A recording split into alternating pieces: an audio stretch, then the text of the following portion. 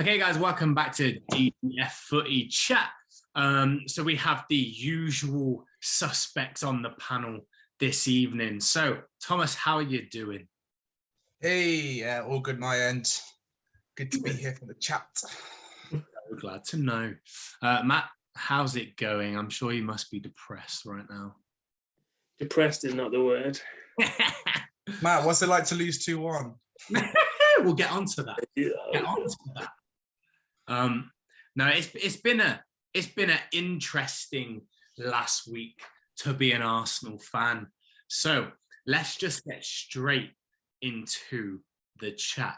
And there's obviously only one place we can actually start, and that has to be with Arsenal versus Everton.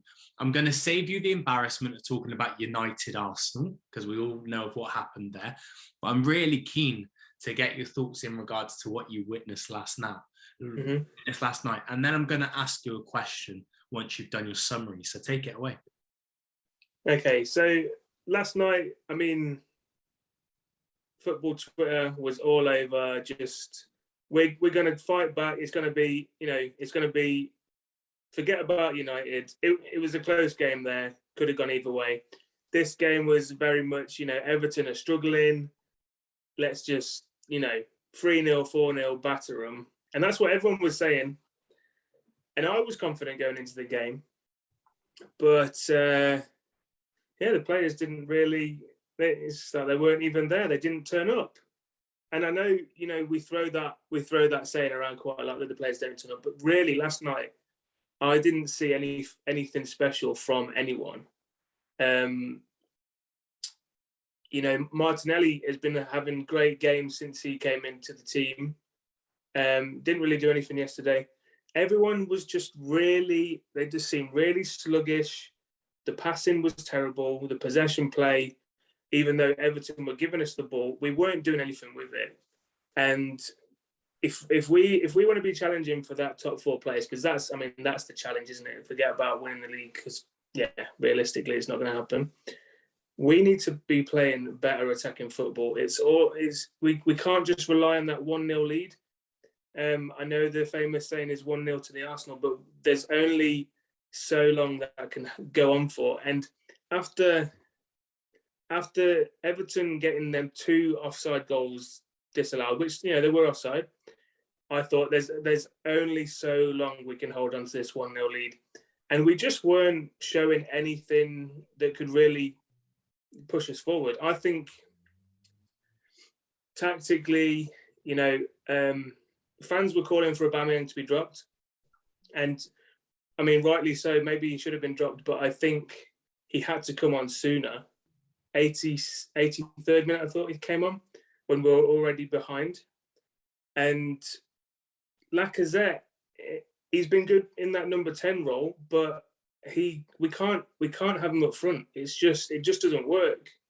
So the solution is, January striker has to be the top priority, because we have a good place, creatively, when we have everyone fit: Smith Rowe, Saka, Martinelli, Odegaard. Odegaard has been having some good games recently. But when it comes to actually scoring goals, we are struggling. And we need to sort it out quickly, because there's only so long we can go on these, really sluggish performances. So, and then defensively, I'm completely fine with our back line, but our CDMs, Thomas Partey is having a terrible season. He did an interview the other day, gave himself 4 out of 10. He knows how bad he's doing. And he said he's struggling to adapt to English football, but it's been a while. He's already had a season. He had some injuries, but he needs to improve radically. And that might also be another position we are looking to strengthen in January, because we need some defensively minded CDMs. And yesterday, the first goal was Partey. He gave the ball away again. It's just not good enough. The 2 goals that they scored were brilliant.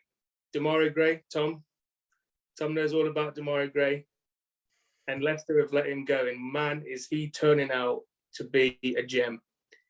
I used to have him in my fantasy football team, but then when Everton kind of dipped in form, but man, yesterday, he was the bright spark of that game. And he could have got a goal from that first shot. Ramsdale just slightly tipped onto the bar. Richarlison there with the header to follow up, which also was a brilliant header from him because he really had to adjust himself to get that in. But then Demarai Gray's second goal, nobody's stopping that. I don't care who you are, even Ramsdale. So yeah, poor. We could have easily won that game if we had just hit the ground running from the start. But unfortunately, going into that game, I was watching the build-up, and they're talking about how Everton could go 9 games, losing, I think, in a row for the first time in a long time. And at that point, I was like, yeah, and they're playing Arsenal. And I just thought, it's just not going to happen tonight. And that was even before the game. I just thought, I just don't feel it. And the players, they just didn't turn up. That's all I can say. So some of the facts in relation to Everton was that this is their worst run in the last decade. Mm-hmm. They have just sacked a couple of very influential figures within their boardroom. Mm-hmm. Rafa Benitez has been under immense pressure and still couldn't capitalise on that. Yeah. And for me, it could have been so much worse for you yesterday because those offsides were so marginal. Mm-hmm. And the new rules within the offside state that they weren't going to start giving toenails offside and all of that. They did exactly that to Everton yesterday. Yeah, the second one. And the first one, they did with his shoulder. I'm sorry, but most of the time, if someone controls the ball with their shoulder, 9 times out of 10, that is given as a handball or whatever. So the fact that most of the time that's given as a handball and you can't technically score with the outside of your shoulder, they marked it from the outside of his shoulder. So technically he shouldn't have been offside anyway. Okay. And also if Iwobi was a better striker, you guys could have lost 4-1. Yeah. So when you say you're happy with your back line, you don't mean that. Surely you don't. No, but at that point, the game was gone. Like, I am happy with the back line. I think that back line is way better than it was last season. And up until the Liverpool game, they were brilliant. The Liverpool game, I think, has affected the team because we got absolutely spanked in the end.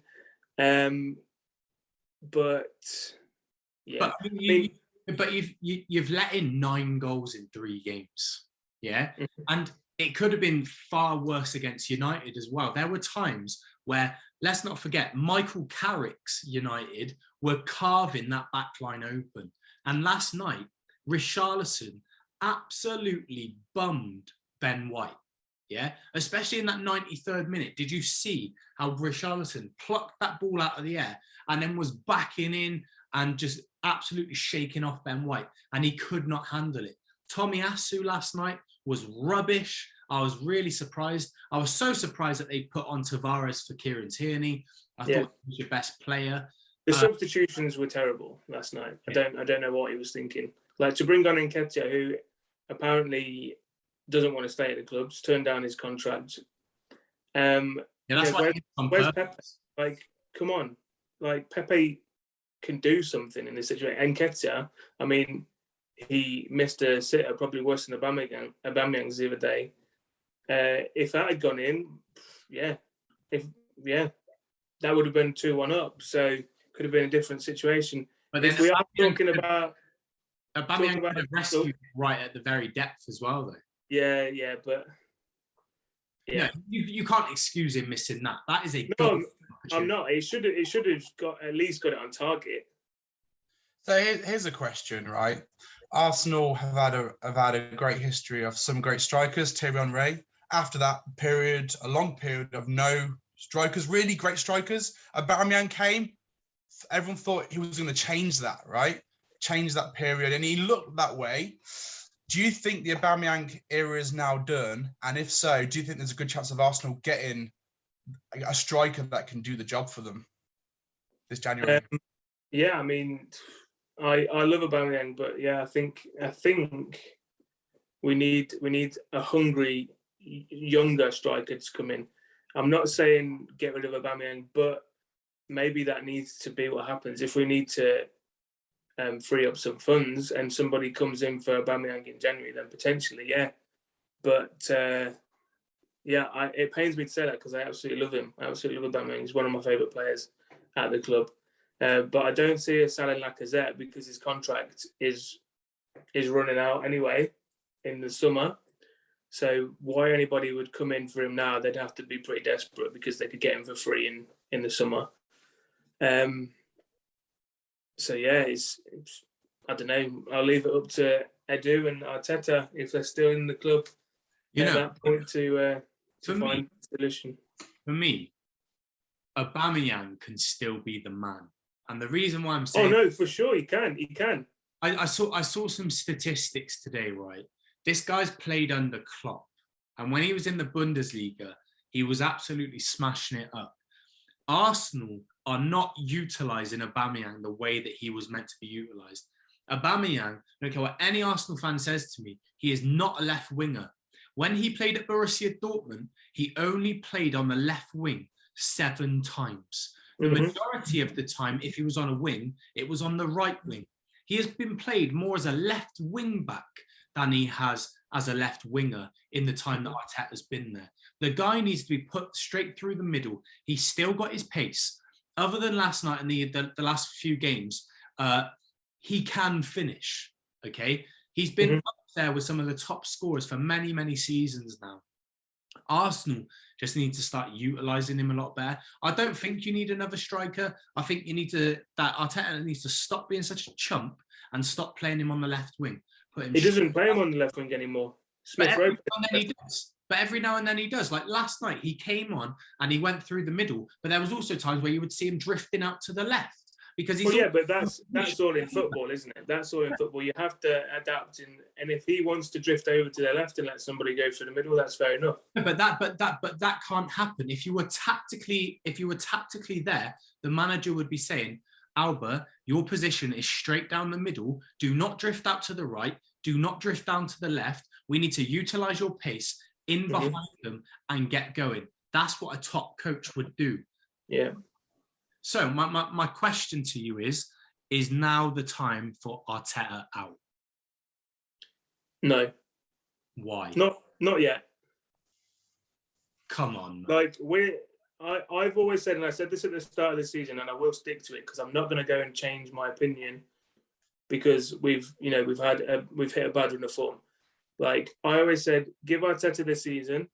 If we're still in the mix, which we are, we're 7th. We're a point behind you with 4 points off top 4. I think that is still very much in the mix. And he did have a good run of form. We've had some bad games. If we get to January and we're below 10th, yeah, it's time to start looking. But while we're still in the mix, I think he's safe. Like, just because we lost to an Everton side that are at the bottom of the table, you can't say that they haven't got the skill to beat a top team because they have got decent players. Like, they did have a good start to the season because we all stuck Demarai Gray in our teams. Like, they were banging in goals and they hit a terrible run. And they probably didn't deserve to be where they are. They've already shot up the table after that win yesterday. So I don't think because we've lost to Liverpool, Manchester United, who are top teams, and Everton, who last season were, very much a good team, like they are games that we should be competing in more, but we lost. It's if we start to lose, if we lose against Southampton at home, that would be terrible. And then the next games after that are all very much like games we should be getting points from. If we don't do that and we go into January in that bottom half of the table, yes. I mean, I said it from the beginning. If we're not in it, like in some shape, way, shape or form, if we're not in it in January, then yeah, okay, Arteta out. So, is this a very similar situation to almost what United were going through? That if Arteta was not a former Arsenal player, would you have a different view? No, because I do think tactically he has got it pretty good. I do agree that the signings that we brought in, that are his signings, have been good. So I can't knock him for that. Like, tactically, maybe sometimes, like last night with the substitutions was not good, but I don't know the full situation. I don't know why Aubameyang, maybe the plan was to not play Aubameyang at all, just give him a week off, a game off, because, you know, we are in a congested fixture period at the moment. So maybe that was always the plan. And like the players just didn't do it for him yesterday. They just didn't have anything about him yesterday. And you can see how mad he is. But like, I mean, I'm not saying that's an excuse. Like, he needs to get into them players and say, like, you know, we can't abide this. We can't abide just playing lackluster football. We have to go for it, because teams like Everton, who need the points, like they really needed the points yesterday, they were always going to come for us, and we just let them. And he needs to get into that team. And, you know, if we don't see improvement in those 3 games, then like I've always said, like, yeah, new manager, of course. I mean, for me, I mean, I hope Arteta stays, because you've now become Banter FC. Since Ollie's gone, Arsenal are now the new Banter FC. But if I was an Arsenal fan, I would totally be Arteta out. Because now that Ole Gunnar Solskjaer has left United, Arteta, in my view, is the worst manager within the league. And I'm talking all 20 teams. Okay, yeah. Name any managers that are currently worse than Arteta. Dean Smith. No. Yeah, he is. Dean Smith is tactically better than Arteta. I don't know. Yeah, exactly, because he's the worst, and that's not a bad thing to admit, because I've had to admit that for the last 3 years with the manager that we had. I mean, he's the most inexperienced, yeah. So if that makes it work. But that's the thing. Ole Gunnar Solskjaer was equally that. Okay, but we had to make that decision, and I know that it was only 45 minutes in that half where United played absolutely amazing football, but you just saw what a tactically brilliant manager Rangnick is, to be able to literally transform that team for 45 minutes. Arteta, I think, can be a top coach, okay, if he is under the direction of a top manager. Arteta was successful at Man City because he was working under and alongside Pep Guardiola. Yeah, but you start somewhere. No, you do have to start somewhere. But like Ollie, Arteta is currently learning on the job. Arsenal are too big a club to be learning your trade. Yeah. Now, me saying all of this, that's taken me back to when Ollie was there. I didn't want to admit all of that stuff because he was a former legend. Well, no, he is a legend. He's a former club great. And I think for me is Arsenal are not going to finish anywhere near the top 4 with Arteta in charge. Because if you look at it, Man City, Chelsea and Liverpool are probably going to be the top 3. And then for the top 4, it is going to be between United and Tottenham. And the only reason why I say that is because Tottenham have Conte and United have Rangnick. Okay, and with the squad that United have, we should be finishing top 4. But the fact that Conte is a world-class manager, I can't even put Arsenal anywhere near that.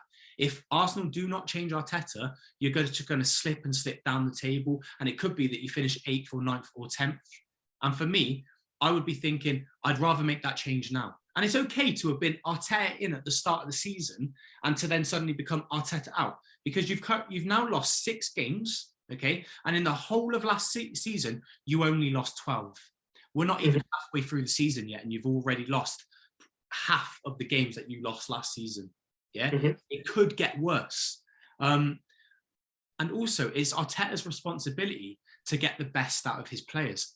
Saka, prior to the Euros, was being rated suddenly as the generational talent. He was the best young player in England. The kid's only scored 2 goals this season, okay? He was rubbish last night. He was rubbish in some of the previous games recently as well. Arteta is not getting the buzz out of any of these players, you know? Odegaard, yeah, all right, he scored a couple of goals. But even then, I don't think he's playing that great. He made a stupid decision against United to take down Fred and give away a penalty. What was he thinking? Again, all of these sort of things comes from the coach. Keep your head, all of that. What are the messages that he's giving? If I was an Arsenal fan, I would be Arteta out. And I've seen so many Arsenal fans on social media today and last night saying Arteta out now. It's starting to almost feel as toxic as it previously did when Ollie was in charge of United. I don't know, Tom, what are your thoughts on all of that? I think that's a bit harsh. Yeah, I mean, don't get me wrong. They've got their faults. Arteta came in, massively increased the defence straight away, instant result. He knows what he's doing with the defence. He can get those kind of results. But you're right, the players aren't playing for him. And if that carries on, he's going to be out. If that carries on, that's what happened to Ollie. Ollie had this great transformation, these great results like PSG game, but the players just stopped running for him. They looked like Arsenal did the other day, and Arteta can't handle much more of that. I think he knows what he's doing. Pep came out and said he knows everything about football, and for Pep to say that about someone, that's really saying something. So I think Arteta knows his stuff. Yeah, but Tom, Pep. But you're right. He's not experienced. He's never done it before. He's never taken a team on his own up the Premiership. He's won a FA Cup final, Community Shield, whatever. But Tom, I think we've got to put these things into context. Pep also said that Ole Gunnar Solskjaer was a good manager. Yeah. So sometimes other managers will say things just to present as nice. And I don't think I've been harsh in what I've said because I've backed it up with factual information. Yeah. I still think it's a bit early to say that, though. I still think Matt's right about Arsenal still in the mix. I still think they could. I think they possibly have turned a corner from where they were at the start of the season. So can you see Arteta finishing above Antonio Conte? No, I probably can't, to be honest. I don't think he's a better manager. Do I think he's got a better squad? Possibly. But I don't think he's a better manager. I think his squad might make up the difference, potentially. Can you see Arteta's Arsenal finishing above Rangnick's United? One game. You've had one game, man. But it's not just that, though, is it? It's not just one game because Michael Carrick was able to tactically outdo Arteta and get the team firing. Yeah, they've suddenly had that bounce. And if you look at our run of games, we technically, if we want to look at that, we don't have another difficult game until kind of like January 24th or something like that. When we just tell me that when we actually get to January 24th and you're making excuses for why you've lost some games. But I'm not going to make excuses. I will quite openly say when someone has been the better team. I'm not going to start saying that because of these players and these players, yet that team should be beating us. Because you've just said previously that United should be beating us because of the players that we had in comparison to you. But it was only a few weeks ago that you were trolling us, okay? Because the manager that we had in charge and all of that stuff. So suddenly, now that we've got a good manager in charge, it's like, we're suddenly kind of have all of these expectations upon us. But I think whilst Arteta is in charge, Arsenal just ain't going to get anything. Because, like I said... Time will tell. I mean, Rangnick just beat Crystal Palace. Don't get me wrong, Crystal Palace are a good team. They're better now under Vieira, but they're not Man City. They're not Liverpool. Hey, look, you start getting those results. Man City, Liverpool, Chelsea, and yeah, Rangnick's a great manager. Yeah, okay? For sure. I 100% agree with that. Let's just wait. It's a little bit early. Exactly. It's too early days. But at the same time, to get on Rangnick's bus already and say, like, this guy is the saviour, just chill out. Whoa. I haven't seen any United fans, including myself, saying Rangnick is our saviour. Can I just say that Crystal Palace have also beaten Man City at the Etihad this season? So the fact that you're trying to underplay... So have Leicester. Huh? So have Leicester. Yeah, whoop-de-doo. But anyway, you've just underplayed the fact that Rangnick came in for a 45-minute training session and has completely changed the way that United have played. He's even got the best out of Fred. Fred. The one that everybody has been bantering and making fun of, you know. And in the last kind of 3 to 4 games, Fred has been brilliant. And I don't think that anybody can say that otherwise. Do you know what? I used to think Fred had 2 left feet. And honestly, I'm not thinking that anymore. Like he shot with his right foot and it actually went in. He didn't go over the stadium. I think something's going on with that guy. I think he's on the right tracks. I'm agreeing. I'm agreeing with Fred. Because he's being coached properly. And this is what I'm talking about. With a coach, a high-quality coach. And listen, it's not just United fans that are bigging up Rangnick. Klopp and Tuchel, they're all bigging him up as well. They learned their tactics from him. Mate, I've lived amongst Germans for 2 years. They'll bum each other to the max, okay? Germans love Germans. So don't give me Tuchel and Klopp loving Rangnick because they love each other. Guys, if you look at how some of the teams within Germany have set up and what they do with the 4-2-2-2 formation, that was a good formation. From Rangnick's style of play. The Gegenpress came from him. Everyone goes on about the Gegenpress. Even the German national team, it came from Gegenpress. Whatever. I'm not it's come from Rangnick's philosophy. So yes, I know that it's been 1 game, okay, but I can be excited about it because I've been starved of this sort of thing. I hold my hands up. Yeah, you can be excited about it because you know you've had a bad time this season. But I just think just give it a bit of time before you start going crazy about Rangnick. That's all I'm saying. But at the same time, you could then apply that philosophy to Arsenal. That Arteta is like, what, 3 years in now? And what progress is he making? What progress has he actually made? He's not even 3 years in. He's barely even 2 years in. 2.5 years, whatever. He's had one full season. He's had 1 full season. Right. Surely there should be enough time to see a little bit of progress being made. What progress? We've made progress. We have progress. I mean, they've got a bit of silverware, right? 2 whole trophies. You've got some silverware. 3 years. None. Well done. Jose Mourinho won us 3 trophies. And look what happened. Still progress, isn't it? You ask for progress, I'll give you trophies. Is it progress? In terms of the style of play, in terms of what you're actually doing, your performances, what progress has actually been made? Everyone's going on about your back line and things like that. The only players that I would rate within that back line is Tomiyasu and is Kieran Tierney. I think that centre-back wise, there's still a lot to be said about them. And Aaron Ramsdale, you said that all of his signings have been really good. I say, come on, you can't say Aaron Ramsdale hasn't been good. I just said and Aaron Ramsdale. Oh, I thought you said Aaron Ramsdale in the same context as Ben White and Gabriel. No, maybe open up them ears, boy. You said Ben White and Gabriel and Aaron Ramsdale. No, I said Tomiyasu and Tierney on the ones that I rate and Aaron Ramsdale. Ben White and Gabriel, I still think there's a lot to be said. You said that the 5 signings or whatever that Arteta has made have been good. I don't agree with that. You know, Tavares, to me, I said that he's an Arsenal Aaron Wan-Bissaka. Yeah, but this guy can't defend. Gabriel and Ben White, there's a lot to be said about them. I think the Arsenal fans completely overhyped Ben White. I think that Arsenal fans have completely overhyped Gabriel. They both have a couple of good games, and then they get absolutely rinsed against better teams. We haven't been price tag overhyped him. Rinsed. Are you telling me that United rinsed us? Go back and watch the highlights. There were several times that Ben I watched the whole game. Absolutely carved open. Cristiano Ronaldo put him straight on his backside. Okay, and I told you, I said that it happened when Ben White was playing for Brighton, that Marcus Rashford put him on his backside twice, and then Cristiano Ronaldo did exactly the same thing.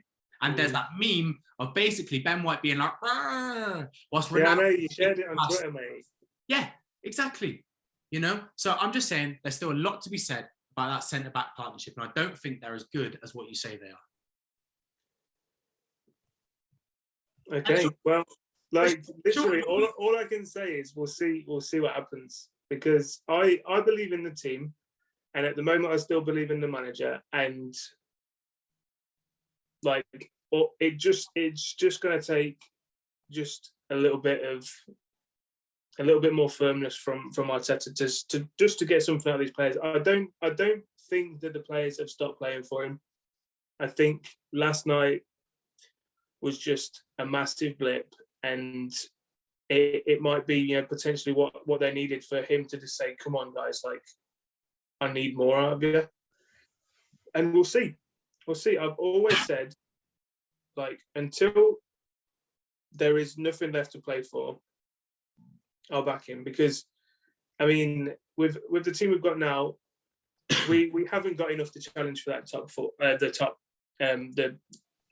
We haven't got enough to challenge for the league. We definitely still have enough to challenge for that top four. And as long as we're still in the mix for that, I'll back him. But once we're out of that, then yeah, look elsewhere. And that's all I can say. As an Arsenal supporter, I will continue to support my team until I no longer can. And that will be when we, if we're not competing for Europe again, like at that point, we have to look elsewhere. We have to look for a new manager who can get us into that. So Arteta actually joined Arsenal back in 2019. Okay, so he's pretty much 2 and a bit years in now. Okay, but like I said, he has had one full season. He joined on the 20th of December, so he's had a good year. He's had a season and a half. Almost. Or by a few. Which is what I said, right? That is what I said. Okay. A season and a half he's had. So he's not. So he came in 20th of December. It's now the 7th of December, which means he's had just under a year and a half, yeah? Right, okay. Cool. So, if Arteta and Arsenal were to get anything less than a win at home against Southampton, what is your position going to be? Bearing in mind, if you had beaten United, you would have gone 8 points clear of them. You're now a point behind them. Yeah. I mean, we take each game as it comes. No, give an honest answer to that question. It all depends on how we perform. Like, I can't say if we lose Arteta out. Like, I've already told you what would be enough for Arteta to get the sack, and that is if by December, by January, if we're not in the mix, then he's gone. So it would depend how other teams have performed. A good performance on Saturday, but a loss would still make you Arteta in. Yeah, I guess. What does a good performance give you? Well, that's the point. Like, if we play good, then I can't see us losing. I mean, to be fair, I'm not gonna say sack him before the game's even happened. To be fair, there are a few teams at the moment in the Premiership who have performed quite well but haven't had very good results. Leeds, for example, there's still they've not performed that great. They're quite far down the table, but their fans have a lot of hope because of how well they've actually played. They've been pretty aggressive. They're still playing for the manager. I think if Arsenal put in a good performance and they draw, I mean, as long as the players are looking hopeful, as long as they're looking like them, they can keep playing for him. I think there's a lot of hope there in the Arsenal camp. Same as the Leicester camp as well, Plus, as an Arsenal supporter, I would never say, look, if my team lose, sack the manager, because I support my team. And until we play that game, and until after that game, I cannot pass judgment on that. United fans were calling for Ollie's job before they even played the game. We want to lose this game because we want to see Ollie gone. I will not do that because I believe in his team. I think you can support the team and still want a change of manager. I think there's a misconception that wanting the manager gone is not supporting the team, and that is a load of crap. It is. You can still want a change in manager because you want more for your team, and you have doubts about whether that man is the right person in charge to take you forward, but you can still support your team. I wanted and I prayed that Ole Gunnar Solskjaer was going to turn things around, but there came a point where I was like, he's not the right man to take us forward. I still want us to win as many games as possible, but I know that inevitably he is going to get sacked. I remember saying to you exactly that, and I said, it is better to get rid of him now, sooner rather than later. because at least our season can still be turned around. Look what happened with Chelsea. Frank Lampard got sacked. Tuchel comes in, wins them the Champions League. That is what I'm saying. Surely Arsenal fans want a little bit more for their club and not just sticking by Arteta because he's a former player, because you've been told to trust the process, because you like how he ticky-tackies every now and then. Surely you want a little bit more for your club to move you forward with an elite manager, because there are some out there. Arsenal are still a big draw. Arsenal are still a big team. And Arteta is the youngest manager in the league with perhaps the youngest squad, and he's also the most inexperienced. You can't tell me that it is right for him to be doing his apprenticeship at Arsenal. Look, I know what you're trying to get me to do, Nick. You're trying to get me to say Arteta out. I told you I'm not going to say it. So you can go on as long as you want, and we can have this conversation until the cows come home. Yeah. But I'm not going to say it yet. I've already told you how I feel. This is going to be a very long podcast. I respect your opinion, Nick. I do. But I am backing Arteta for now. So just... the last 20 minutes have kind of been like Morpheus in the Matrix. Like the agent is trying to like break him down. Literally have. Okay, fine. That's just been there like not breaking. But... Fine. We will have this same conversation on Sunday if and when Arsenal have lost at home to Southampton. Yeah. Okay. I'm expecting an honest answer if that happens. I will always give you an honest answer. None of this whole trust the process and he's our man. I can't say that I'm Arteta out because that means then I'm not supporting the team. I will call you out on proper BS if that is the case. Okay, I like your views anyway. All right. So, viewers, if you are watching right now, let us know in the comment section below exactly what your thoughts are in regards to Arsenal Banter FC. Is it Arteta in or is it Arteta out? Let us know in the comments and slap a like on the video. Okay, now let's move to another banter club. Tom, what went wrong? You were Stevie G'd. We were Stevie G'd. Stevie G. I'll give you that. Okay, let's look at the first half. Attacking, Leicester were pretty good the first half. Made some bad decisions in the final, in the opposition's box. Barnes scored and had a good eye for a goal. Missed a few easier chances. I think a little bit of inexperience from Barnes and Dewsbury Hall and a few players who did play quite well in the first half. I thought, apart from that, they did pretty well for the first half. However, defence, man, set pieces at Leicester. Let's just talk about that for a second. Yeah. That's a big point. So the last game against Southampton, Brendan Rodgers came out and said at halftime, he said, I'm not going to tell you, you don't want to know what I said to the players at halftime. So I've never known Brendan Rodgers to lose his call before, ever. And then today, post-match interview, he said, yeah, we think we might have to change the structure. I mean, we've got a brand new £100 million training facility. It's like, what's going on? As soon as we've had it, we've just gone downhill. We were great at our last one, and we just don't know what's going on. I'm not blaming the training facility. I'm blaming what's going on. Like, people are saying Kolo Touré is like, he's in charge of the defense a little bit. What's going on? However, it's not as easy as that. It's like you can practice things on the training pitch, but unless you're implementing it on the actual pitch itself. And I think they're going for it. Brendan Rodgers says, look, we're spending hours analysing the defence, but it's just not translating onto the pitch. All right, so I really think some changes has been made in defence now for Leicester. I think Johnny Evans, if you watched him Northern Ireland against Italy, he's getting every ball. He's running, he's jumping aggressively every ball. Why is he not doing that anymore at Leicester? What's stopping him? Kasper Schmeichel has always been I'm going to stay in my line goalkeeper for corners. He's always done that.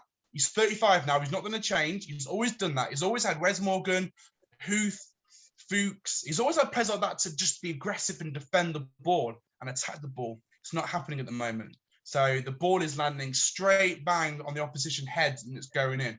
And we've conceded the most set pieces in the whole Premiership. We're starting to look like the fearful foxes. We're like, it's bad. And I said this last podcast, every Leicester fan is so scared about set pieces. I really think now we have to bring Amati on a little bit bit more. He's good in the air. Fofana, please, please, please get back. James Justin, please get back. Please help us. Jump, die, anything you can to get that ball. It's just, it's hard times. And the opposition knew that. They smelt that early on in the season. They thought Leicester having a bad one on defence. But for some reason, Soyuncu and Evans, who were looking good last season, the season before. I mean, Man City was linked with Soyuncu, believe it or not. They were linking. I mean, Man U were like, why do we get rid of Johnny Evans? He's that good. I still think they're that good. I still think they're brilliant players. I just think what's going on, why they're not getting the ball. I mean, this zonal marking is another issue. I think that might be the structure that Brendan Rodgers is talking about changing. I think he might be thinking more of a man marking sort of thing instead of a zonal marking approach. Best of both worlds are needed, really. I think the best managers are getting the best of both worlds. But at the moment, as it is, if we keep this defensive system in, we're gonna get smashed game after game after game. It's the only hope we've got is to sort our defence out.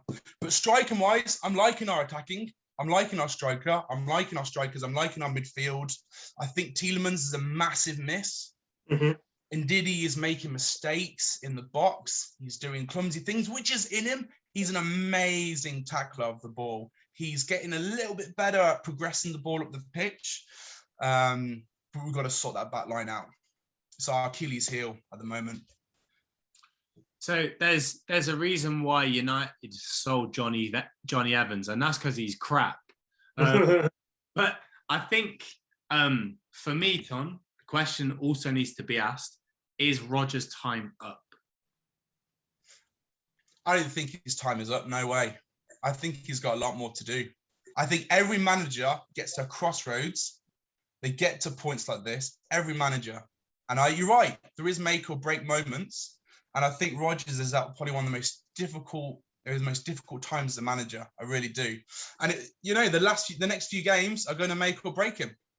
But I think it's too early. I'm not saying I'm in the same boat as Matt here. I'm saying I'm not ready yet to give up on Rodgers. Nowhere near. He showed us time and time again what he can do as a manager.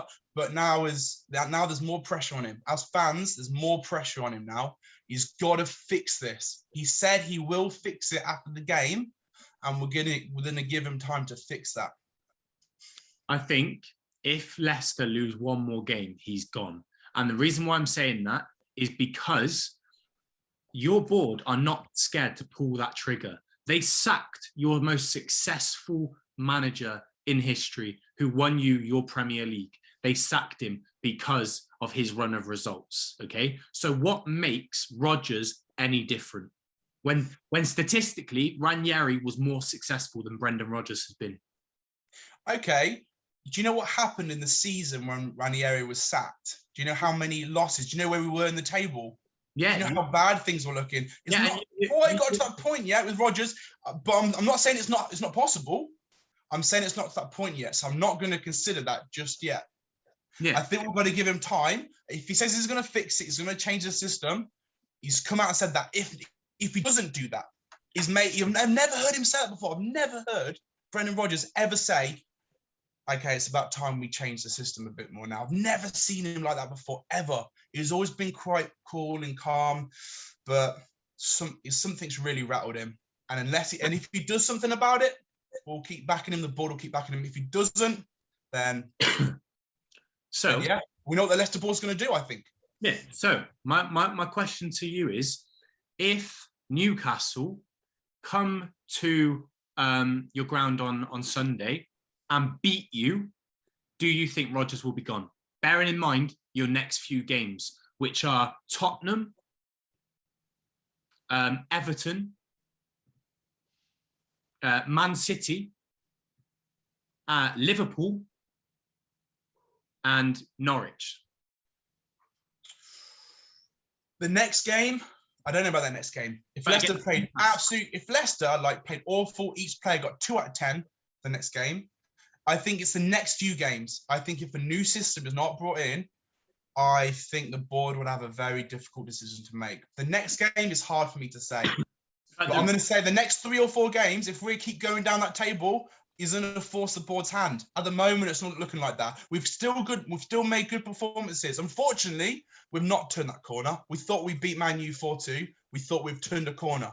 We thought when we had that good result a few games ago, we've turned that corner. We've not turned a corner, unfortunately. And the defence is letting us down. I mean, Brendan Rodgers is trying to outscore teams now because he knows we're going to leak. He brought two strikers on. He brought Jamie Vardy on.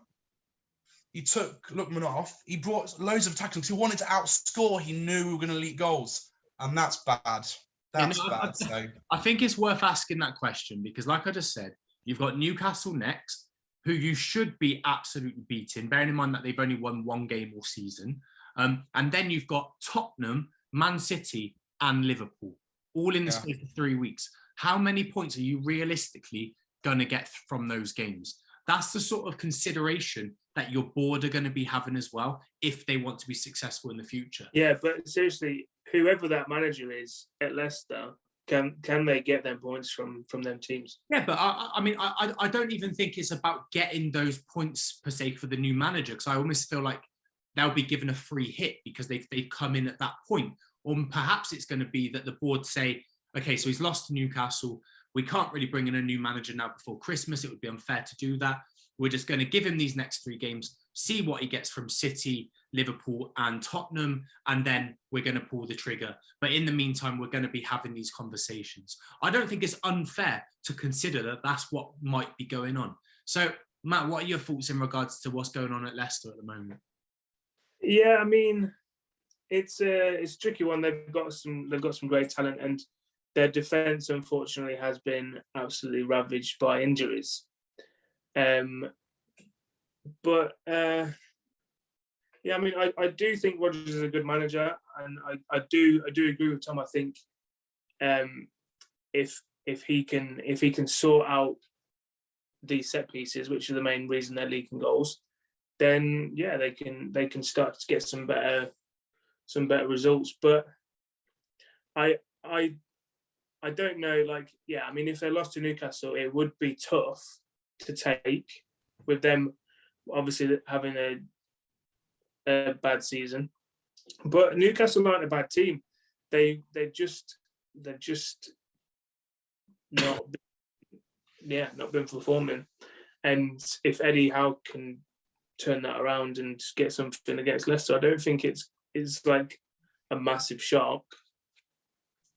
So yeah, I just disagree with the whole, you know, if you lose, do you sack your manager? Because as supporters, Tom would never think in his head like, oh yeah, if we lose, should we sack manager? Because in the back of Tom's mind, that doesn't even enter the conversation. It's always Leicester are going to win, and that's as a supporter should be. It's we don't make the decision before the game. We make the decision after the game. So let's just let Tom be a Leicester fan. Let me be an Arsenal fan. Let's go into our next game and see what happens. If we get the bad results, then we look at it and we think, okay, what are we doing here? Because we've both got games where we should be winning. Technically, we should be winning these games. So I personally think Leicester are going to beat Newcastle. So I don't think we'll be having the conversation of should Brendan Rodgers get sacked now, because I think they're going to win. I really do think that Brendan's going to make some bold moves this week. Whenever he said he's going to make changes, he has. And often they've worked. He's shown us he can fix issues in the past. So, yeah. I'm a little bit disappointed that Patson Daka didn't, have a better game, because we were all saying the other day, like, start him, take Vardy out. And what did he do? He took Vardy out, started Patson Daka, and they lost. To be honest with you, that with Tielemans not there, and with a few of the players not in at the moment, Daka's not really getting the service that he needs, to be honest. Tielemans and Daka are great together. Tielemans and Vardy are great together. We need Tielemans. And you know what? That's the biggest headache. I'm more worried, right, about how we're going to replace Tielemans next season than I am about Brendan Rodgers. So I think Brendan Rodgers is staying. We were all wondering about him going to Man U. And now it's like, all of a sudden, it's like we lose a few games. We've got an issue at the back. And all of a sudden we're thinking, oh, Brendan Rodgers going. Not to Man U, just going. It's like, yeah, I mean, it's such a strange juxtaposition of how we were a few games ago when Man U were after him and all these rumours are coming out. I mean, to be fair, United were apparently after every manager under the sun. Why I heard you were going for Arteta, you know. Well, but I mean, that wouldn't have surprised me. Dean Smith turned you down and then went to Steve Norwich instead. Steve Bruce was having a holiday, so... I don't think it's an unrealistic question to ask around if this happens or if this happens, what would your response be? Because I think it's a very naive way of thinking to say that, yes, because I'm supporting my team, they are going to win. Because we know that football is statistically the most unrealistic, football is the toughest game to call because it can go either way, because there are so many factors that go into the game of football. The reason why I was asking that question is because, like we've said, and we've highlighted, Newcastle are a decent outfit. They've got some good players. On their day, Sam Maximin's brilliant. Callum Wilson can do a job. Their midfield's not too bad. My boy Jamal Lascelles is great as well. Oh, yeah, I'm back with Jamal Lascelles because of his mom. I've never spoken to him in my life, but he's my best friend. But yeah, so on their day, they can turn up. So why I'm asking that question is because you've only lost one less game than Newcastle. Newcastle have lost 7, you've lost 6. You've lost the same amount of games as Burnley, and you've lost less games than Crystal Palace and Southampton. You could find yourself, if results don't go your way, okay, you could find yourself down in 16th place. Yeah, and that's why I'm just asking the question, because surely you don't want to comprehend that you're closer to the relegation battle than you are to the top 4 race. So I'm not trying to do this to annoy you or anything. I'm just trying to get these honest kind of answers and thoughts and considerations come from you. No, I completely get that. I mean, you do see a trend in the playing before a manager is kind of on the way out. Frank Lampard, there was definitely trends in the way they were playing. There was like this culture that was at the club. They were leaking goals a lot. And the fans just knew. I don't think it's anything like that at Leicester just yet. The performances are meriting hope. They're meriting fight. I mean, we joined 2-2 at Southampton, right? You're thinking as a Leicester fan, I'll be really downhearted. Yeah, I wanted to win, but we were losing 1-0. We came back 1-1. Losing 2-1, came back 2-2. I just thought we have enough in our tanks just to keep pushing, to keep giving it. We need to make a few changes now, and I think we're going to be a top side again. I really do. I know I said the last podcast, and I know we've not had great results since that, but there's been enough. I've seen enough to be happy. I don't think you can say that about Chelsea when Frank Lampard was going. I think they just didn't see anything. They don't think near enough. So I think that's what I'm saying, the trend, and you know when a manager needs to go, the fans know it. I'm just not. I don't think Matt's at that point with Arteta yet. I'm not at that point. But I know what you're saying. And when the time comes, we'll know. I mean, I've known for the last few managers. I agree. And I'm not saying it's not a bad question for you to ask, Danny, because you're trying to get our opinions. I'm just saying, as an Arsenal fan, I can't deal in ifs at the moment. I think we just take each game as it comes, and we can assess the situation after that. But I agree with Tom. I'm just like we're still clinging on to that bit of hope that our managers can turn it around. And like if they don't, and I'm sure Tom agrees, if Leicester don't turn it around, if Arsenal don't turn it around, it will be time to look for new managers. But we still have that little glimmer of hope here. So yeah, absolutely. We'll see. Hope can see you through. Yeah, anywhere. So basically, what I can see happening is Rodgers gets sacked, Arteta gets sacked, Rodgers swap Arsenal, Arteta goes to Leicester. That's what's going to happen. You've heard it here first on DDF Footy Chat. Breaking news. Okay, viewers, if you're still watching, let us know in the comment section below exactly what your thoughts are on Leicester and whether Rodgers has had his opportunities and now's the time to go and get Ranieri back.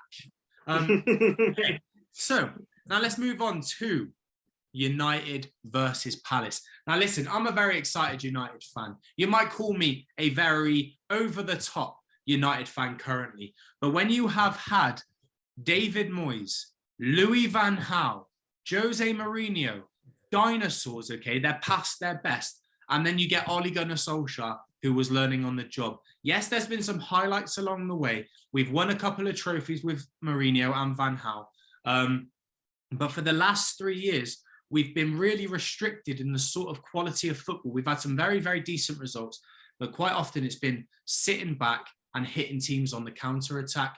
When you've had that for the last 3 years, and then we have a 45-minute period where I can honestly say that it was some of the most sensational football that I've seen United play since Alex Ferguson left. I was so excited. Even though we went in at 0-0, I was like, oh my gosh, there are some very, what I consider to be average players at the start of the season under Solskjaer performing exceptionally well. And even though it was 0-0 and we didn't score, we still had numerous opportunities and we absolutely tore Crystal Palace apart. And it was just that fast-paced football, the press into every ball, keeping Crystal Palace camped within their own half. They had hardly any opportunities to get past their halfway line. And every time they did have an opportunity to get past their halfway line with Wilfried Zaha, we pressured him enough that he messed up or we intercepted. And honestly, Fred has turned into a spectacular player at the moment. I know it's only 4 games in that he's been doing this, but there is something there. The guy's a baller, and I'm really confident Rangnick's going to get something from him. Even McTominay, you could say that he deserves his position in this team at the moment because he's driving forward.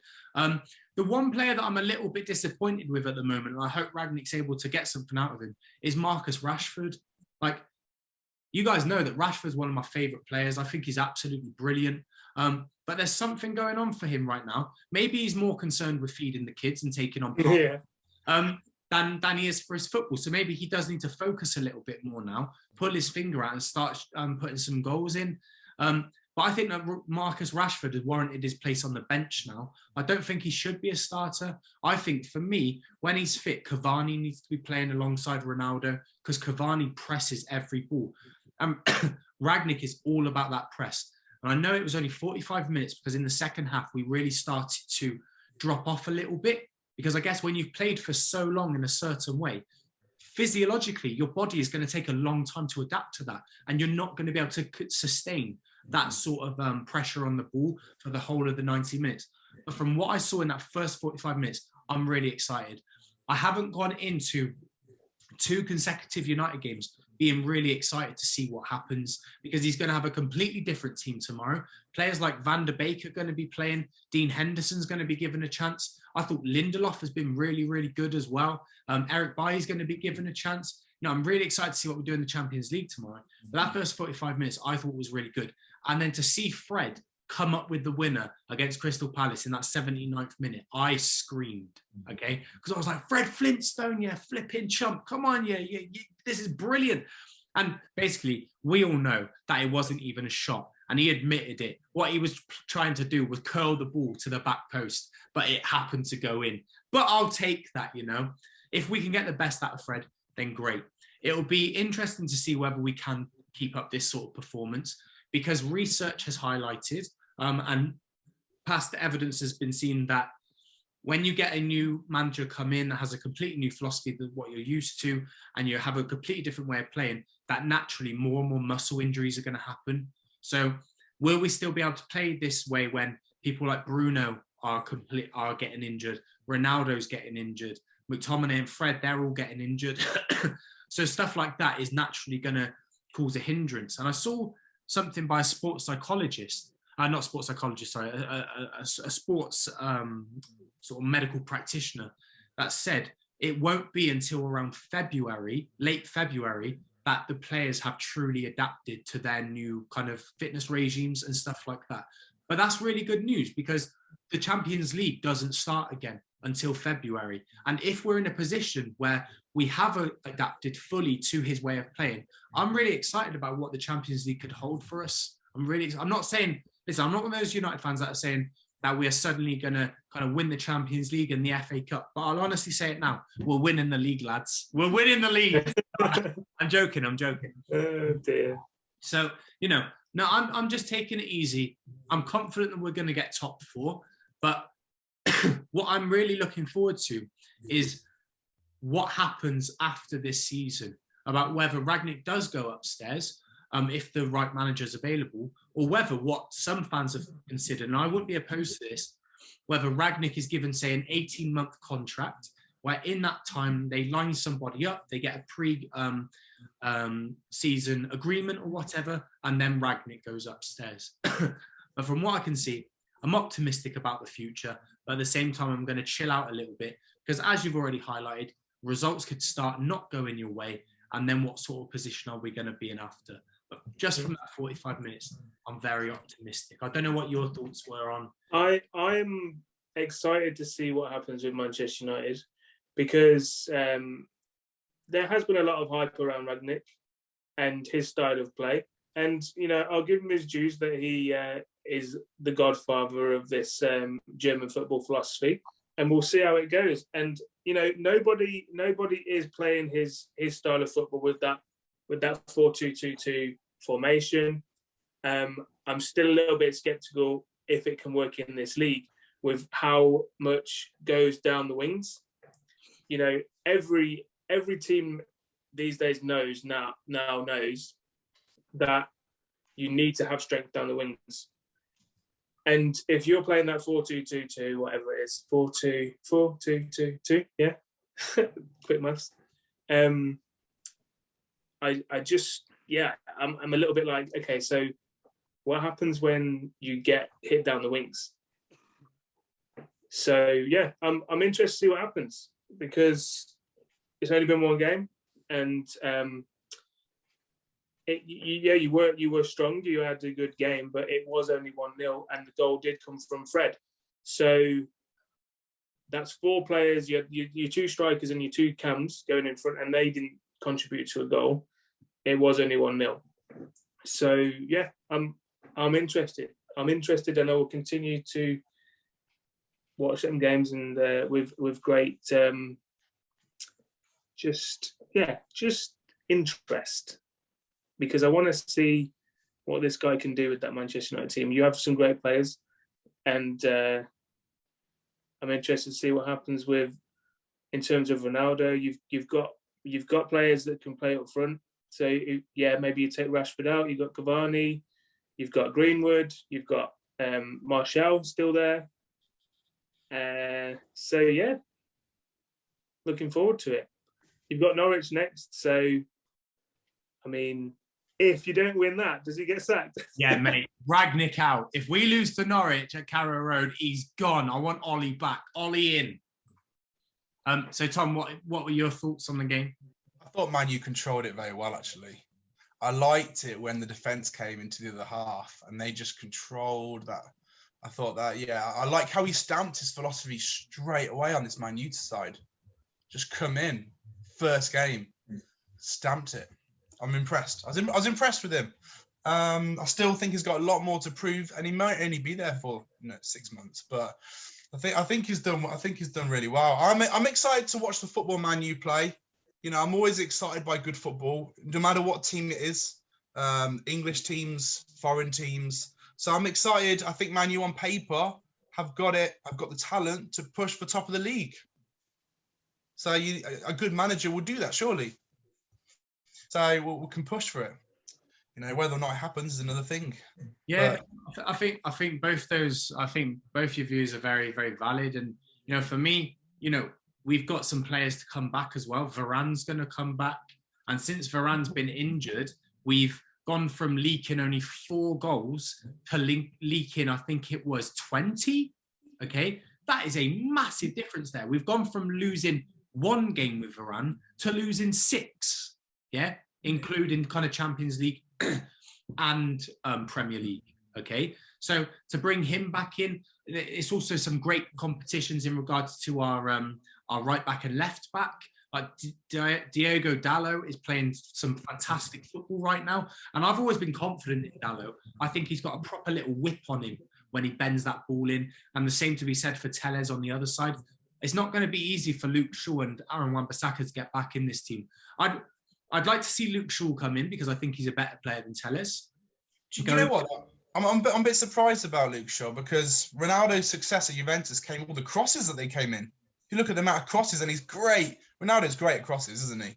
Like you name it, he can do stuff with crosses. I'm surprised they haven't capitalised on Luke Shaw whipping them in. I know Wan-Bissaka's never going to whip those crosses in, really, but Luke Shaw can.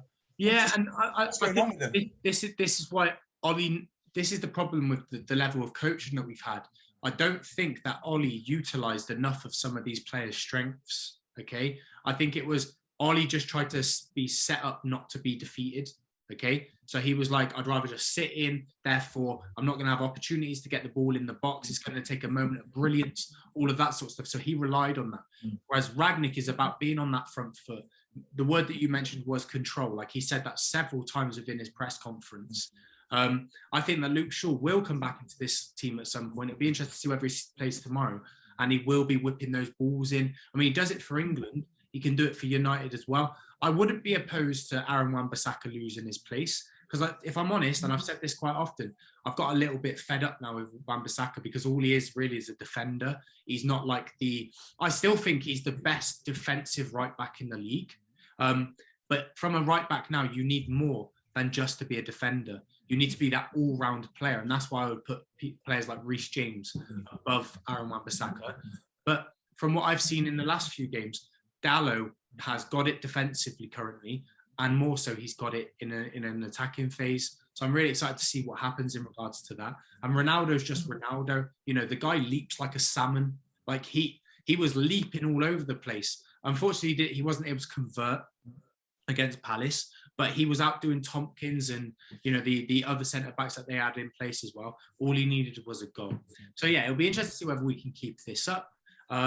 But one of the most refreshing things is it's great to see in the press conference before the game and then after the game, a manager actually talk about tactics. That was something that Solskjaer never spoke about. To hear Rangnick break down the performance and talk about where we won the game and where we were messing up as well was so refreshing, because quite often Ole Gunnar Solskjaer would just say, we've got a good team spirit, we've got this, we were defensively solid, all of that. Whereas Rangnick comes in and says, yeah, we were defensively sound, but we still a couple of times played back passes, sideway passes, we didn't penetrate enough, all of that sort of stuff. That's what fans want to hear. And that's why currently we do have that confidence that moving forward, we're going to see better football and we're going to see better tactical performances all round from the coaching staff and also from the players themselves. And also today, Rangnick has brought in a new assistant coach to replace Carrick. And they've also brought in a sports psychologist and analyst as well. So it's really interesting because this is something that we've not had since Fergie. We've not had that sports psychologist and analyst. And the assistant coach that has come in is the former coach for RB Leipzig as well. So they obviously, you know, Rangnick, that's where he did his business. He was the manager there. And then he went up to director level, but he kind of influenced that way of playing. So at least this assistant coach is coming in. And so he's already going to know how Rangnick plays. So there's a bit of harmony at the moment. I'm not naive to think that we're not going to have a blip at some point. I'm hoping by that point, we'll have a lot more points on the board than we do now. And then I'll be content every now and then we have a draw or the occasional loss or whatever, as long as we're not experiencing what we experienced with Ollie. You say he's bringing in a sports psychologist. Is that to figure out why Fred's playing good? Actually, let's get Fred in with this guy to mentally figure out, you know, what's going on in his head. Why are you playing good? Yeah, let's bring it in to say why you're now going to win the Ballon d'Or. Anyway, so yeah, viewers, let us know in the comment section below exactly what you think in regards to United and where they're going to finish this season. So let's briefly touch upon Man City's performance against Watford, because they're flipping annoying me now. Man City are. Just when you think a little surprise could pop up, they go away and they absolutely obliterate their opponent. I was really annoyed, and for me, the standout performer at the moment is Bernardo Silva. I was contemplating putting him into my fantasy football team, and now I really wish I had after this weekend's performance, but I didn't. But he's in for this coming weekend. I did it weeks ago. Yeah, he's just such a player that you can rely on. So, Matt, what are your thoughts in regards to Man City, Watford? Yeah, I mean, Man City always do the business, really. So, I mean, it must be nice being a Manchester City fan, knowing that you're basically going to win every game. That's the dream. Yeah. No, I think that's fair, but also you got to put it into context. They were only established in 2011, so they don't have much history. Man City just did what Man City do, yeah, and that's the reality of the situation. So if we look at Liverpool versus Wolves, I really thought that Liverpool were finally, well, not finally, because they have slipped up quite a few times this season, but I really thought that we were going to see a really good result, bring a few more teams into it. And then that Divock freaking Origi pops up and does an Origi. 94th minute, he has the audacity to turn, do what he does, and then scores the goal. I was fuming. Me too. They did that a lot last season, didn't they, Liverpool? Last season, they pinched so many games. They always found a way to pinch games. That's what they do. And listen, that's what champions-elect do. So for me, it's too early to kind of count Chelsea out. But for me, it's between Man City and Liverpool, really. I think they're going to be the two that go to the wire. I don't think Chelsea have enough up front to do it.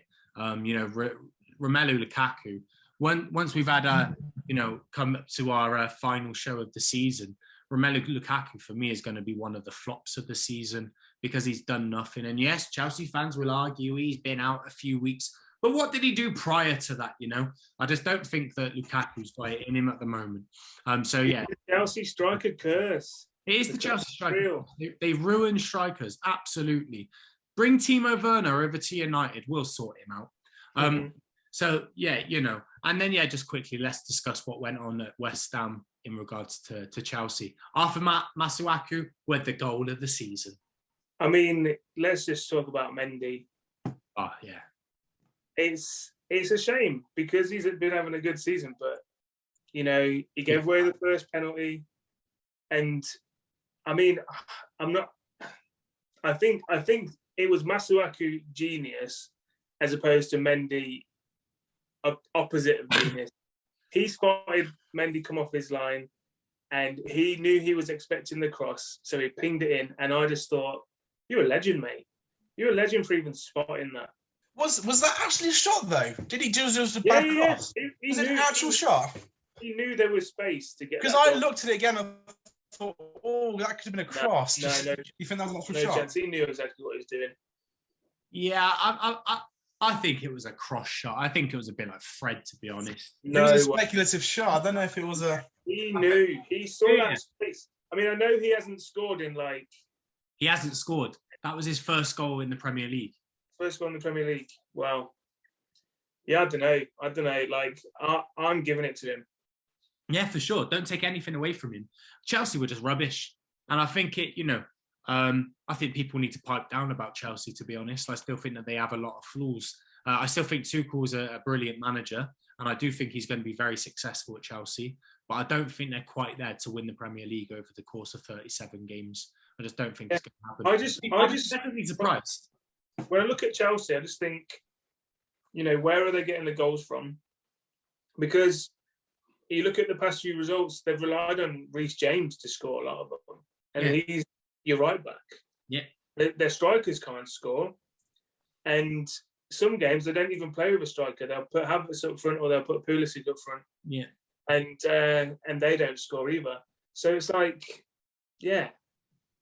I mean, you can't keep relying on Jorginho to put in a few pens either because, you can't rely on penalties at the end of the day.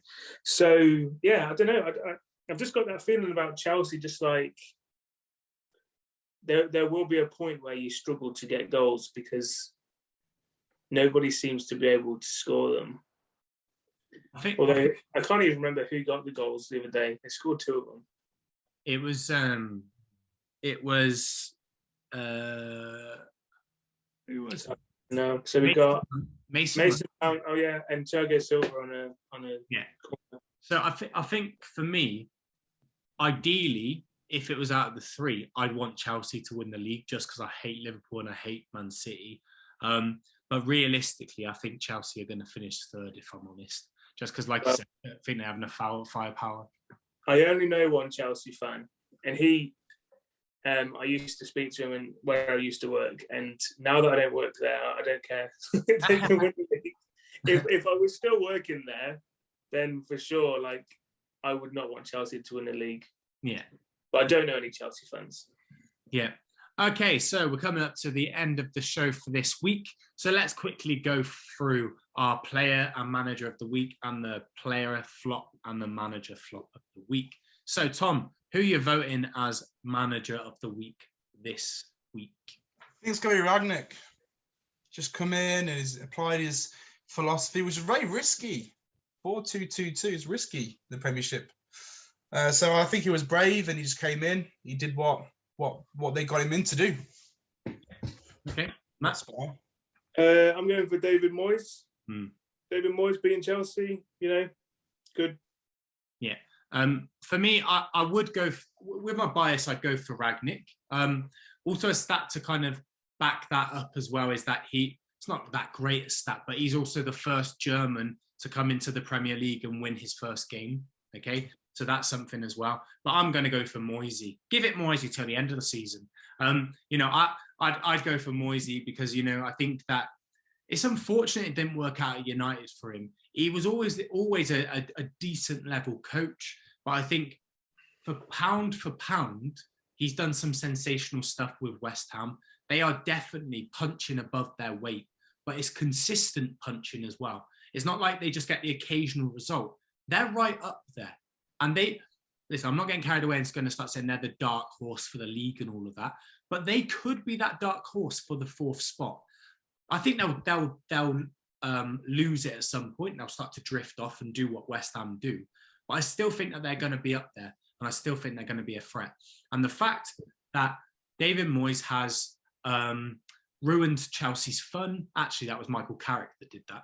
But Moyes has come in and kind of just, he went to the stadium and kind of matched Chelsea up as well, played almost the same formation, and he outdid Tuchel, and not many managers can do that. I think it's fair to give it to Moyes as well. So Matt, who are you going for as player of the week? I'm going for Masuaku. Okay. Because I think he's a legend. Because he made Mendy put the ball into his own net, and he's supposed to be flipping amazing keeper, and well, he showed him that he wasn't actually that good. So I'm giving it to him.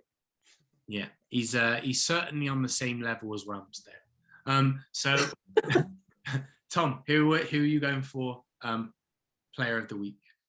It's got to be Fred for me. I think it's not. I mean, look, Fred isn't. I've aired my opinions on Fred before. I think it's nice for Fred. He's got some recognition. He had a good game. He played well in the game. He was there when people needed him. He made up a lot of space. He worked really hard, and he scored a well-deserved goal. I mean, I've been a big critic of Fred because we've seen some crazy stuff on that guy. For how much you paid for him, I mean, he's had some bad performances, but it's nice to see a player perform well and have a good game. Doesn't matter what team they are. The humans in the day, you want them to, I don't support Man U, but he deserved to have a good game, and he did. So he's my player of the week. Yeah, no, I think that's fair. And Fred was definitely one of kind of my nominations because it's just been brilliant, like I said, for the last 4 weeks to see a little bit of consistency from him and be kind of like that engine and driving force through. I also thought Diego Dalot's been really, really good.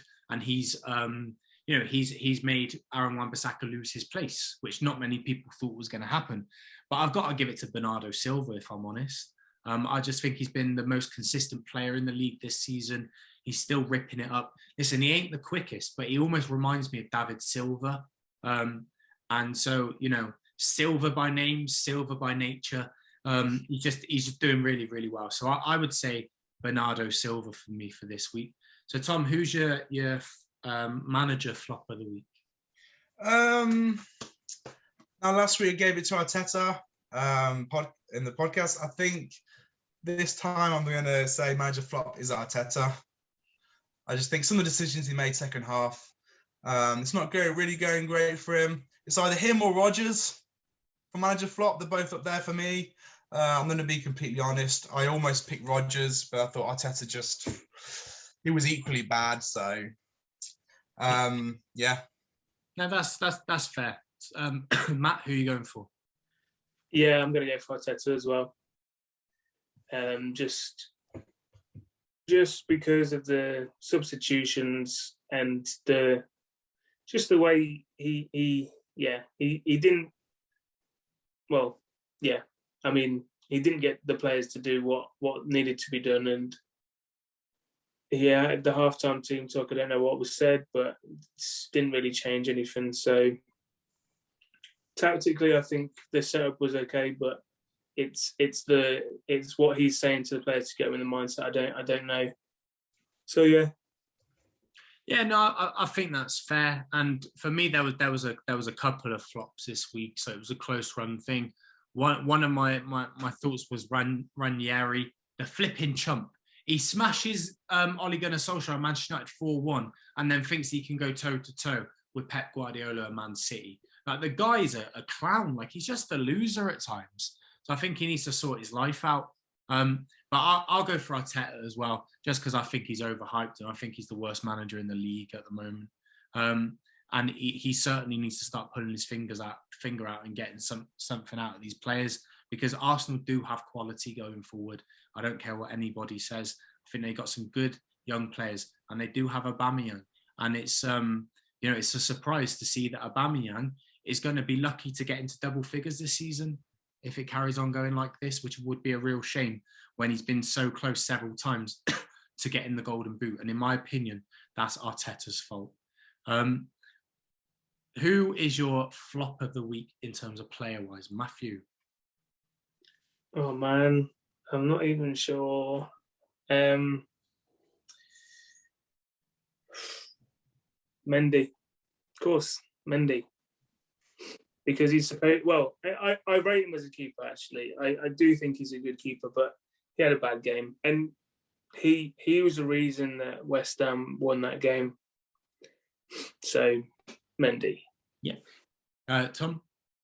I'm going to say Jordan Ayew against Man U. I mean, the ball came right to him, back post. He kicked it across. I mean, a real striker would have been thinking, oh, wow. And that would have ruined your night. It's probably. I think that has to be flop of the week for me, because a striker's got to be putting it in it from that distance, not passing it. That's why he hasn't scored for like 40-odd games. Say Jordan Ayew is my flop of the week.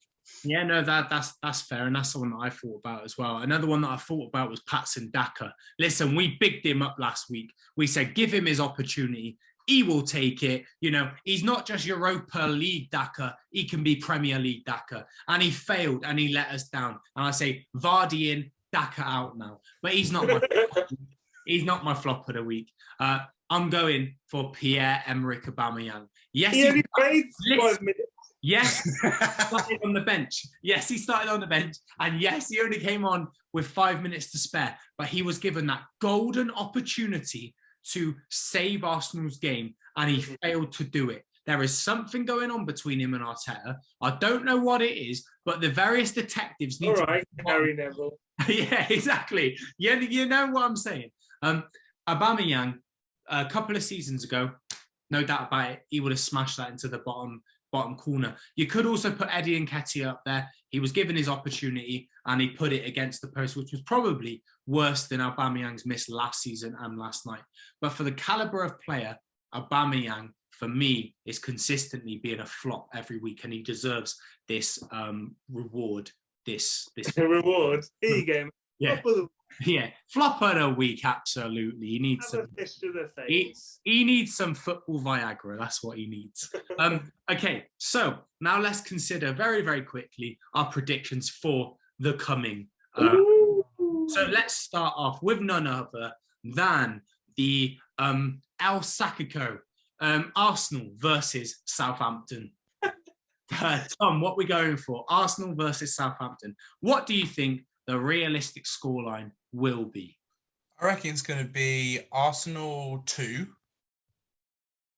Southampton 1. Interesting. Okay. Yep. Matt? I'm going to go for 3-0 to Arsenal. Yeah, that's fair.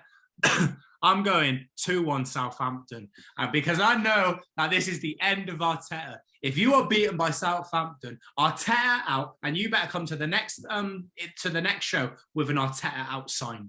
Okay. But I've already told you I'm giving him until January. You're a chump, mate. Yeah, Southampton. I can see. What's his name? Former Coventry player Adam Armstrong. Popping up with a goal, breaking Arsenal's hearts, and Arteta leaving that stadium with his tail between his legs, knowing full well, hey, I need to sign up at the job centre. So, I think he's going to be on this. Aubameyang's scoring this week as well. Shut up. No, he's not. Okay. I think your predictions are more realistic, but mine is more of a hopeful one. Hope can see us through. Mate, Arsenal could easily lose 2-1 Southampton if they play like they did the other day. Southampton have got decent players, but we need to come out with a different mindset, and we just need to not give the ball away so badly, because we can keep the ball so well. So let's just keep it, and it's easy. Partey just needs to do what he knows best, and that is just be that defensive rock, because when he's good. And now we've got Xhaka back in the team. I do think that, defensively we are in a good place. We just need to be better with the ball and not give the ball away so cheaply. So if we can do that, we can easily beat Southampton, but we shall see. Yeah. Now, I think drop Partey, put the Congo back in. I think it's not been the same since he was dropped. So let's go for the predictions of Man City versus Wolves. I think it's going to be an easy kind of 1-0 win for Man City. I don't really see anything else. I mean, weren't Wolves Man City's bogey team? I think Wolves have been many oppositions. I think it was not last year, the season before though. Traore got this great goal. Yeah, you know what? I think Wolves could upset Man City. I hope so. I wouldn't put money on it, but I think Wolves could really upset Man City. See, I'd be happy to put money on it. I might put a little cheeky 50p bet on it. So yeah, no, I'd say that could also happen. But I think just with the form that Man City are in, they kind of seem to be having their foot on the gas at the moment. I don't think they're going to smash Wolves. I don't think Wolves are really a team that often gets smashed. But I can see a convincing 1-0 win. Matt? I'll go for 2-0. I don't really know about Wolves. They don't seem to be... I mean, they're definitely not that team that they were a few years ago, where, like you said, everybody was fearful playing against them. Yeah. They don't seem to be scoring that many goals at the moment, and I don't see them scoring against Man City, I'm afraid, so 2-0, if not more. Yeah, no, that's fair.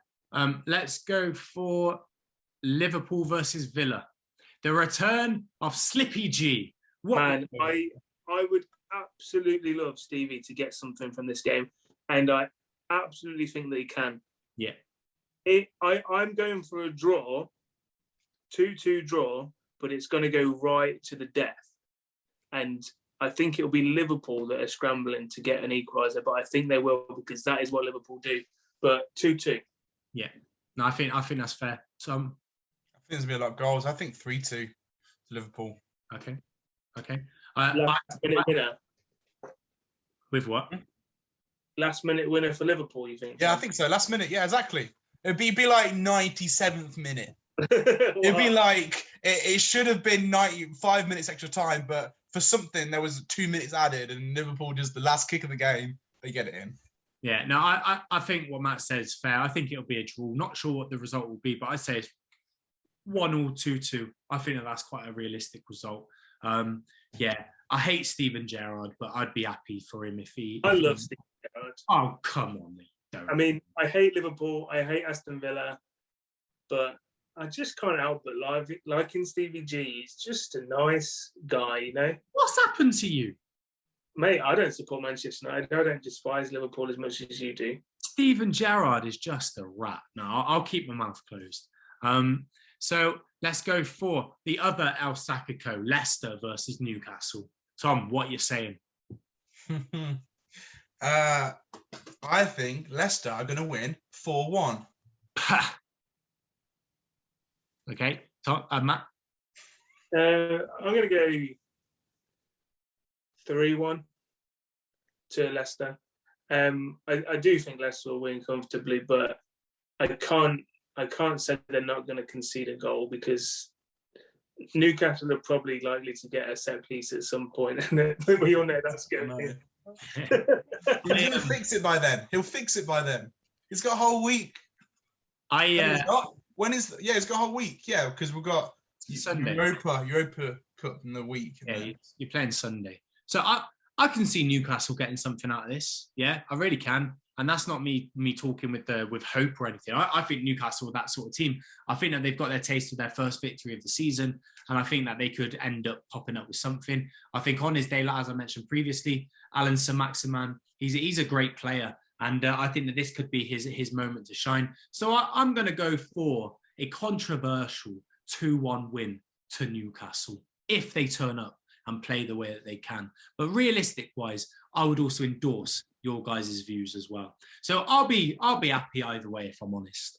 And then let's finish with the game of the week: Norwich versus Manchester United. What we saying, boys? I'm going for a 4-0 win. Matt? I mean, United will win. I can't see how Norwich are going to beat Manchester United.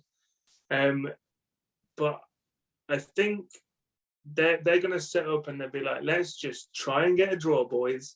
And it's going to be hard for you to break them down.